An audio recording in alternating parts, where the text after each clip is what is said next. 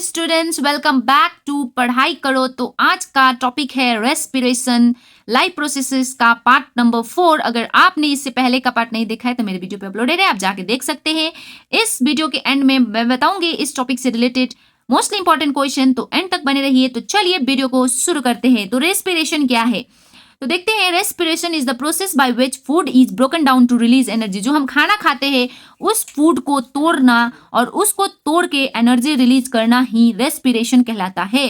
ठीक है, और जो यहाँ से एनर्जी निकलता है वो एनर्जी किस काम में आता है? ग्रोथ में, मूवमेंट में, रिपेयर में, और जो जो हम एक्टिविटी करते हैं ऑल लाइफ एक्टिविटीज में काम लगता है। ठीक है, तो हम पढ़ रहे हैं रेस्पिरेशन, लेकिन रेस्पिरेशन क्यों जरूरी है? व्हाई रेस्पिरेशन इंपॉर्टेंट है ना? तो रेस्पिरेशन इज इंपॉर्टेंट बिकॉज ये क्वेश्चन आता है भाई साहब एग्जाम में 3 मार्क्स में, तो आप याद कर लीजिएगा। तो इसका आंसर लिख सकते हैं, it provide energy to the body, है कि नहीं? It help in maintenance of the life को मेंटेन करने में हेल्प होती है, और without respiration life is not possible.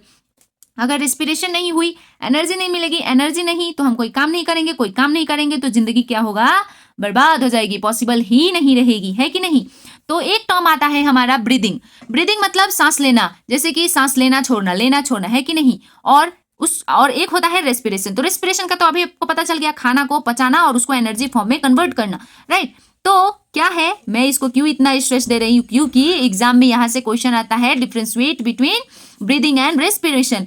तो देखेंगे यहाँ पे 4 पॉइंट मैंने मेंशन किया है, तो अगर आप 5 मार्क्स का क्वेश्चन भी है 4 भी लिख के आओगे तो फुल मार्क्स मिलता है। ठीक है, तो देखो फिजिकल प्रोसेस है ब्रीदिंग, फिजिकल प्रोसेस है, हम नाक से सांस लेते हैं, सांस छोड़ते हैं। लेकिन अगर खाना खा लिया उसके बाद जो अंदर लोचा होगा वो सब केमिकल प्रोसेस होता है रेस्पिरेशन में। टेक प्लेस इन लंग्स, ये लंग्स में काम होता है, और यहाँ पे क्या होता है? सेल के अंदर काम करता है। इन्वॉल्व इनहेलिंग एक्सेलिंग, यहाँ पे इनहेल और एक्सेलिंग से काम होता है, और ये क्या करता है? ब्रेक डाउन, तोड़ फोड़ करता है फूड का, है कि नहीं? यहाँ पे ब्रीदिंग में एनर्जी रिलीज नहीं होती है, वेयर एज रेस्पिरेशन में एनर्जी ही रिलीज होती है। लेकिन एक नोट है, जो ब्रीदिंग है वो रेस्पिरेशन में हेल्प करती है। ठीक है, तो आई होप आपको ये डिफरेंशिएट अच्छे से क्लियर है।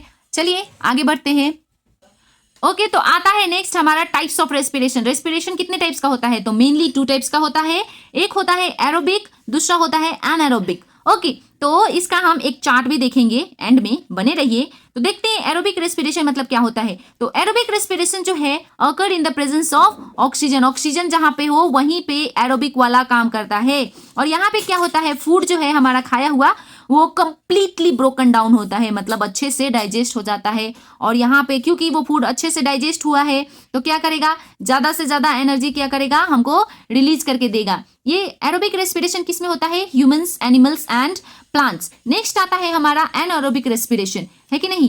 तो एनएरोबिक मतलब जैसे कि एरोबिक में क्या था? प्रेजेंस ऑफ ऑक्सीजन, तो ऑब्वियसली यहाँ पे क्या होगा? Absence of oxygen. यहाँ पे ऑक्सीजन है तो यहाँ पे क्या होगा? ऑक्सीजन नहीं होगा, है कि नहीं? तो वही है anaerobic respiration occurred in the absence of oxygen. और यहाँ पे क्या है? फूड जो है हमारा पार्शियली ब्रोकन होता है, कंप्लीटली नहीं होता है, और नहीं ही होता है। यहाँ पे बीच में होता है, पार्शियली, थोड़ा होता है थोड़ा नहीं होता है। ठीक है, और क्योंकि यहाँ पे फूड पूरा तरह से ब्रोक नहीं है तो यहाँ पे क्या होगा? लेस एनर्जी रिलीज होगी। इसका एग्जाम्पल है यीस्ट। ओके, तो ये बुक का है, देख लीजिए, आपको याद आ जाएगी, है कि नहीं?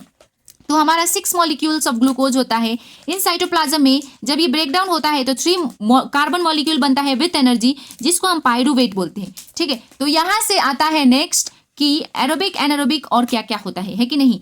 तो देखो 3 कार्बन मॉलिक्यूल है, अगर एब्सेंस ऑफ ऑक्सीजन में ये हो रहा है रेस्पिरेशन तो क्या रिलीज होगा वहां पे? Ethanol, carbon dioxide plus energy. ये कैसे आया? एब्सेंस ऑफ ऑक्सीजन मतलब एनएरोबिक रेस्पिरेशन, राइट? तो इसका एग्जाम्पल क्या है? यीस्ट में होता है। ओके, और यहाँ पे देखो एक आता है lack of oxygen. Lack of oxygen मतलब ऑक्सीजन की कमी, ना कि ऑक्सीजन होना ही नहीं। जैसे कि यहाँ पे क्या था?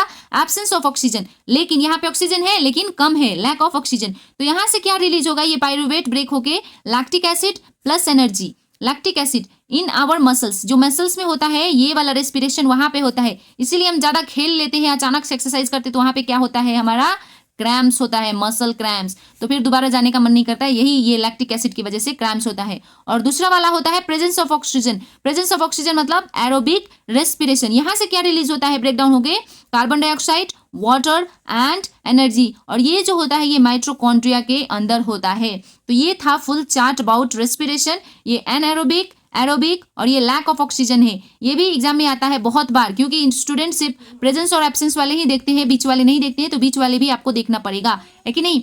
तो आई होप आपको ये टॉपिक बहुत ही अच्छे से क्लियर है। अगर वीडियो अच्छी लगी है तो वीडियो को लाइक करके, चैनल को सब्सक्राइब करके बेल आइकन को प्रेस करना ना भूलना। मिलती हूँ मैं अपने नेक्स्ट वीडियो में, तब तक के लिए bye students, all the best.